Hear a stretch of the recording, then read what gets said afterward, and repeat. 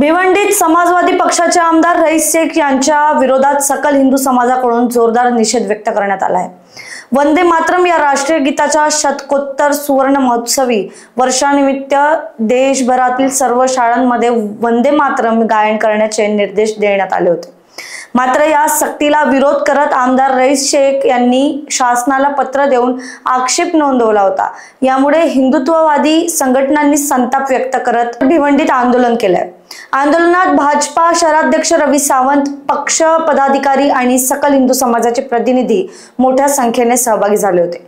आंदोलनकर्त्यांनी आरोप केला की आमदार रईस शेख यांनी वंदे मातरम या राष्ट्रीय गीताचा अपमान केला आहे आणि त्यांच्यावर कठोर कारवाई करावी अशी मागणीही त्यांनी केली आहे। हा जो रईस शेख जो है आमदार यांनी मुख्यमंत्र्यांपर्यंत यांनी पत्रव्यवहार केला आहे। त्याला ह्या गीताची ॲलर्जी काय, ह्या गीतामध्ये जे आहे ते आपल्या भारत भूमीच्या मातीबद्दल गौरवशाली आणि तिची तारीफ करणारे हे याच्यामध्ये वाक्य आहेत। आणि जर पूर्ण हा वंदे मातरम गीत भारताच्या हर एक मुलाला जर का समजला आणि त्याच्याबद्दल त्यांना, कारण आपले जे स्वातंत्र्य सेनानी आहे हे या नाऱ्यानेच लढून इंग्रजांच्या विरोधात आपल्याला स्वातंत्र्याने मिळवून दिलं आहे।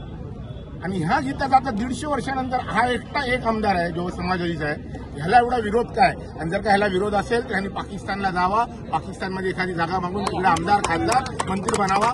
आमच्या भिवंडीला आहे, कारण भिवंडीमध्ये बरेच मुस्लिम बांधव आमचे मित्र पण आहेत, पण त्यांना विरोध नाही। हा भिवंडी मुंबईला राहतो, हा भिवंडीमध्ये आपसात लावेल, मोठा वातावरण खराब करेल। कारण ह्यांनी इकडे जसा आपला वोट जिहाद आणि लव जिहाद सारखा मॅटर चालू आहे, तसाच ह्या पट्ट्यामध्ये त्यांनी लँड जिहाद हा मॅटर चालू केला आहे। हा लँड जिहाद हा मॅटर एवढा भयंकर आहे, कारण मी आज मुद्दामून त्या मुद्द्याला घेऊन इकडे आलेलो आहे।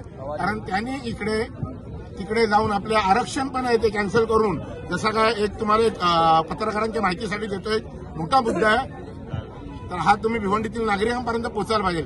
आज भिवंडीची जी ट्रॅफिकची समस्या आहे त्या समस्येचा हल करण्यासाठी इकडे ट्रक टर्मिनलला पार्किंगची व्यवस्था दिली होती, तर त्यांनी जाऊन ती पार्किंगची व्यवस्थेचं आरक्षण वरती जाऊन म्हणजे आपला आमदारकीचा फायदा घेऊन रद्द करून आणि इकडे रेसिडेन्शियल आणि गोडाऊन बांधण्याचे काम चालू केले। आणि तिकडे सगळे मुंब्रा, गोवंडी आणि भायखळा ह्या भागातून सगळे येऊन आणि भिवंडीतले लोक इकडे बसणार आहे। त्यांना 2000 ते 2500 रुपयात ते लोक फ्लॅट देतात आणि त्यांची वस्ती वाढवायची आणि आपले लोक कमी करायचे, हे त्यांचा संपूर्ण राजकारण चालू आहे।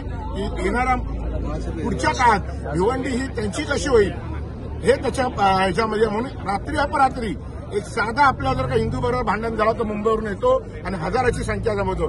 हेच 8 दिवसांमध्ये 2 मुस्लिम मध्ये सेम भांडण झाला, त्यांनी येऊन त्यांना मिटवण्याचा हे केला ना, दोघांवर केस होऊन दिली आणि दोन्ही मुस्लिम बांधवांचा त्यांनी मिटवून दिला।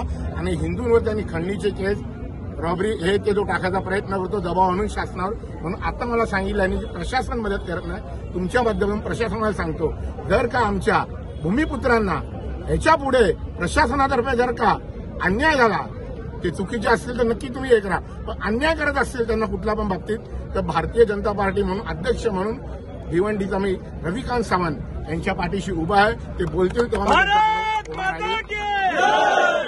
Bureau report, Lokvahini media, Nagpur.